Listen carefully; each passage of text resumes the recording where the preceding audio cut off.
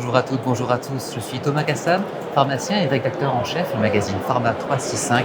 Quel plaisir de se retrouver au salon Pharmagora, le salon de l'officine, officine que l'on se doit de défendre. Et pour la défendre, on peut compter sur nos syndicats. Pour nous en parler, je reçois Sébastien Lagoutte, élu au sein du syndicat USPO.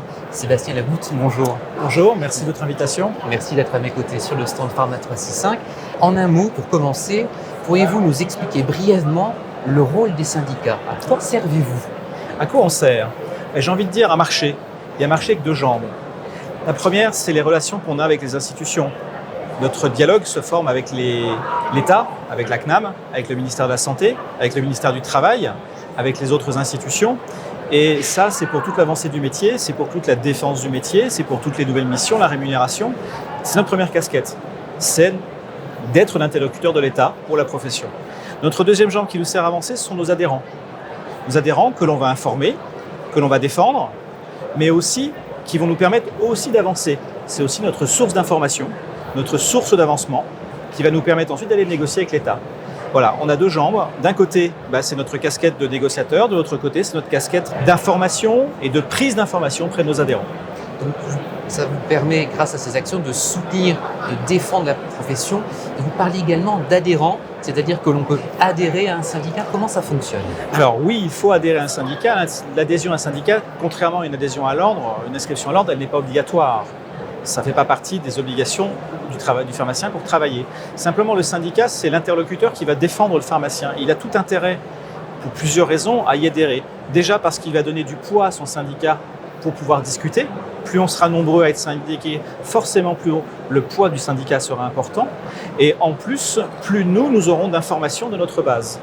En fait, le syndicat, ce n'est pas le président, ce n'est pas le bureau, ce n'est pas les représentants locaux, c'est l'ensemble des adhérents, y compris bien sûr les élus, mais c'est un tout indissociable, une sorte de boîte à idées qui marche ensemble. Ensuite, en termes d'utilité du syndicat, mis à part la défense et mis à part les négociations, c'est aussi revenir à des fondamentaux.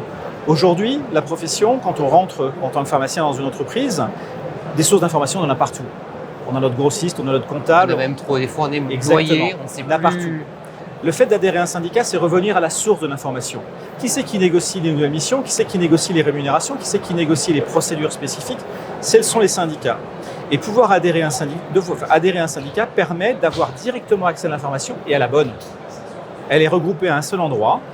On a tout ce qu'il faut, les fiches pratiques, les visios, un rôle les de webinaires. synthèse ou synthétiser les informations officielles, finalement pour faciliter le quotidien des Complètement. En plus, non seulement on facilite par tout ce que l'on produit, mais en plus on a une proximité avec nos adhérents. Nous sommes tous sur le territoire. C'est pas compliqué pour un pharmacien dans un territoire d'appeler son président de syndicat local ou son élu local et lui poser la question. La proximité joue énormément.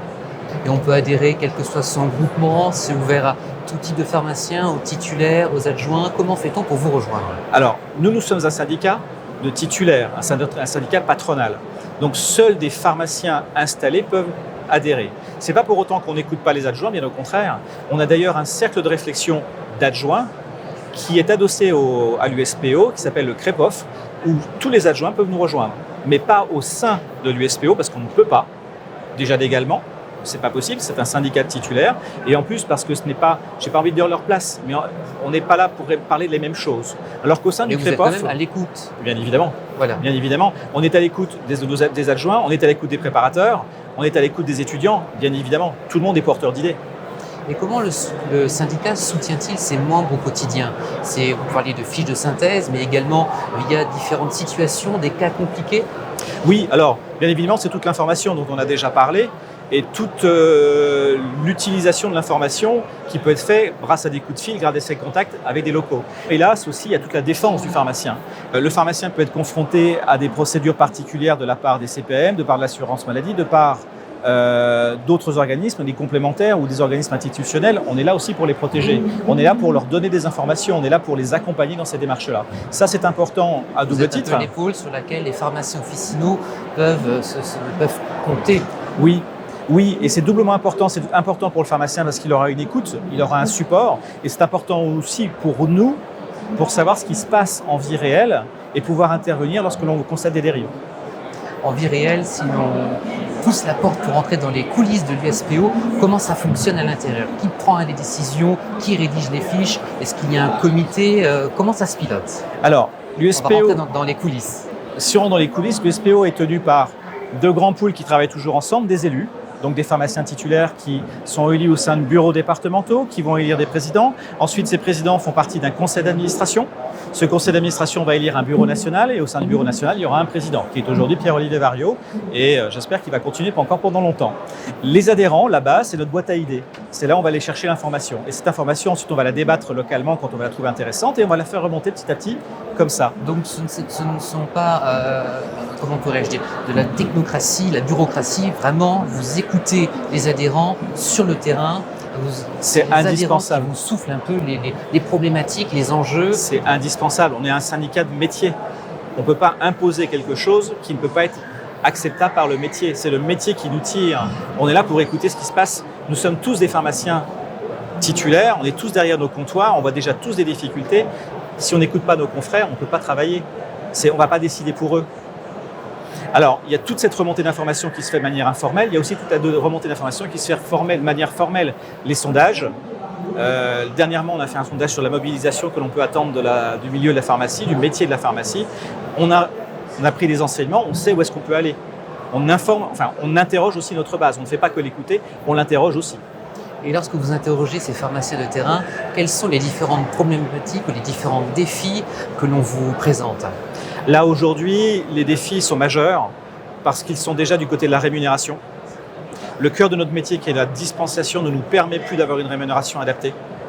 Et comme on n'a déjà plus la rémunération adaptée sur notre cœur de métier, qui est la dispensation de l'ordonnance, c'est d'autant plus compliqué de mettre en place les nouvelles missions, parce qu'elles sont chronophages, elles demandent des diplômes supplémentaires, elles demandent du temps, elles demandent de la compétence. Donc aller chercher de la croissance sur ces domaines-là est compliqué. Et puis on est confronté à une dernière chose, c'est une pénurie de diplômés, parce qu'il n'en sort pas assez des facultés, il n'en sort pas assez des CFA, et beaucoup de confrères ont du mal à recruter. Donc on se retrouve avec des équipes qui sont contraintes, qui sont comprimées, avec un cœur de métier qui commence à avoir du mal à nous rémunérer et à vouloir faire des nouvelles missions parce que le pharmacien, c'est le premier à vouloir faire des tas de choses.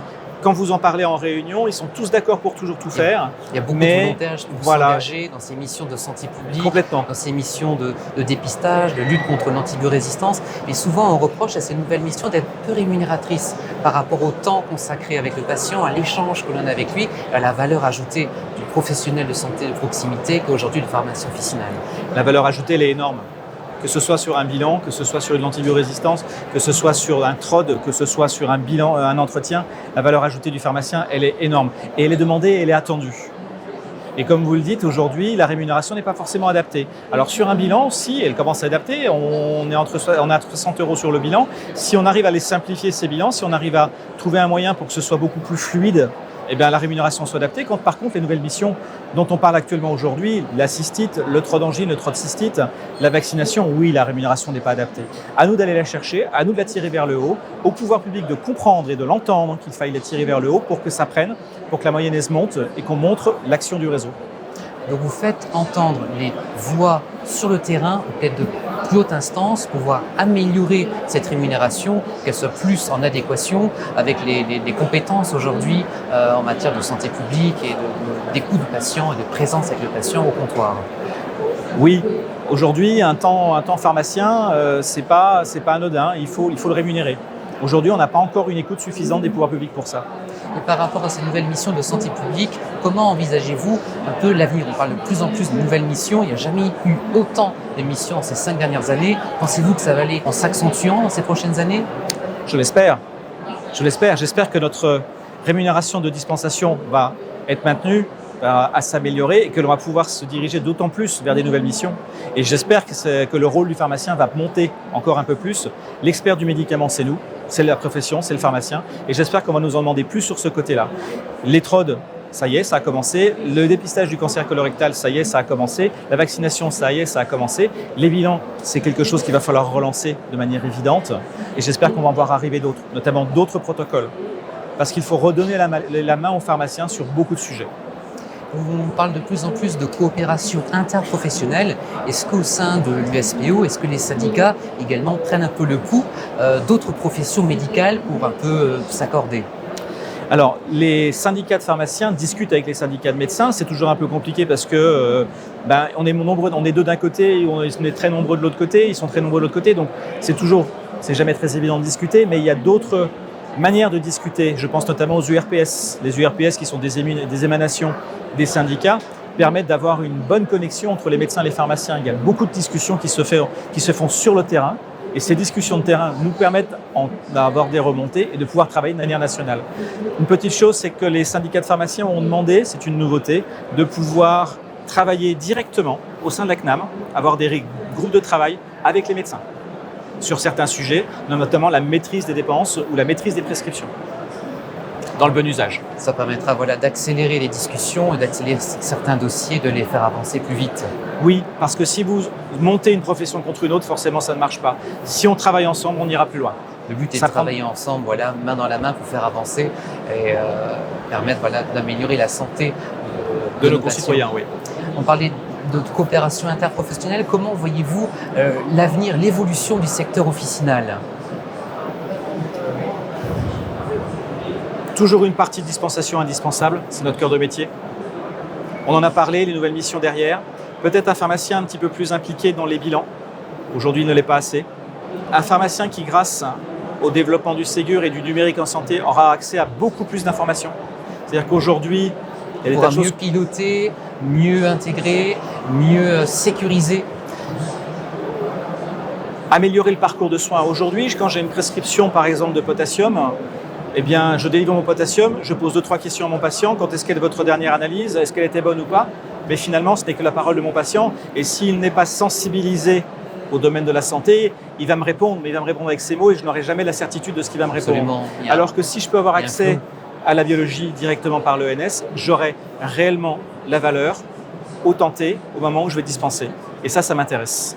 Merci beaucoup Sébastien Lagoutte de l'USPO pour toutes ces réponses. Merci à vous de votre invitation. Merci. Nous étions en direct depuis le studio TV de Pharma 365, depuis Pharmagora. On continue d'échanger ensemble.